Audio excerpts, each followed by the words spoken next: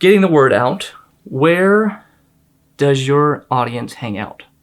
So it's important, okay, we've thought about the person, we thought about what their problems are, we thought about how we can solve those problems, we thought about the content we can provide them.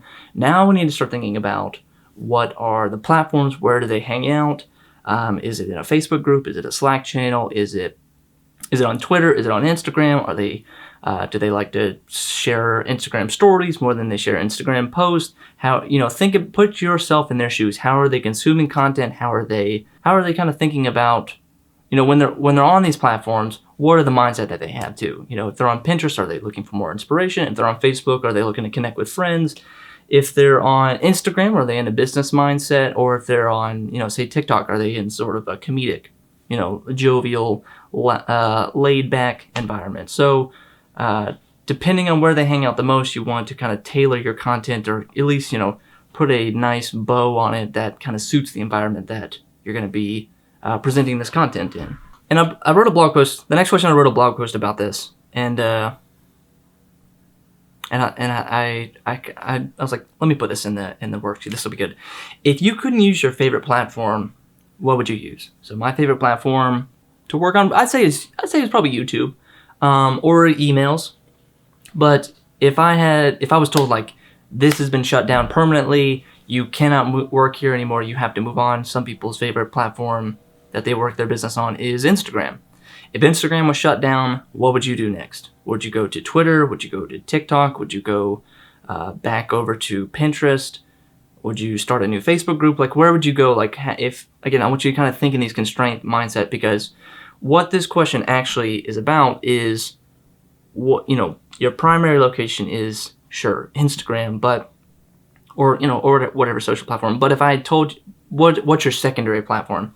Because I'm not expecting that these platforms are going to disappear, but I want you to start building places and, building audiences in two places so that one can feed the other. Or if you're, let's say, for example, your main platform is Instagram and you want to start to move to TikTok, or you want to start a YouTube channel, or you want to start a podcast, then I want you to start siphoning off people from Instagram onto that new platform. And that's how you're going to build that secondary platform. And I want you to kind of build them side by side. I don't want you to just have all your leverage in one platform, because if they, change the algorithm, or they say, hey, you're no longer relevant, then you have nowhere else to go. You have nowhere else to take your audience, and you're trying to you're trying to save your audience from that main platform and trying to drag them over. Instead, maybe start to train them, start to get them used to the idea that, you're going to serve two platforms. So if I'm on Instagram, I'm on YouTube as well, or I have a podcast in YouTube, or I'm on I have an email newsletter in YouTube, so start to think of these kind of two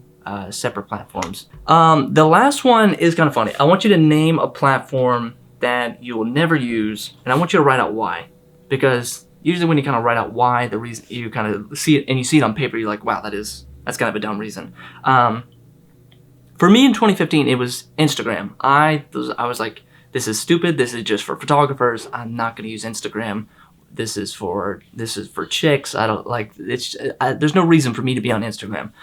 Yes, I was completely wrong about that. Of course, you need to be on Instagram now. It's one of the largest platforms out there. So, maybe there's some platforms out there that you go, this isn't relevant to my audience. This isn't relevant to the people I serve. Is that LinkedIn? Is that TikTok? Is that Snapchat? Is that YouTube? I don't want you to be so closed-minded to some of these platforms, because they're all going to become just content platforms. They're all just going to be just places where you upload a video. And right now it may seem like there's a specific genre that you have to follow. If you're on LinkedIn, you only have to post business stuff and post business-related portfolio, networking kind of stuff. But who's to say you can post, your fun, painting tutorial video, or how to make a logo YouTube video on LinkedIn, or who's to say that's not the right time and place for that?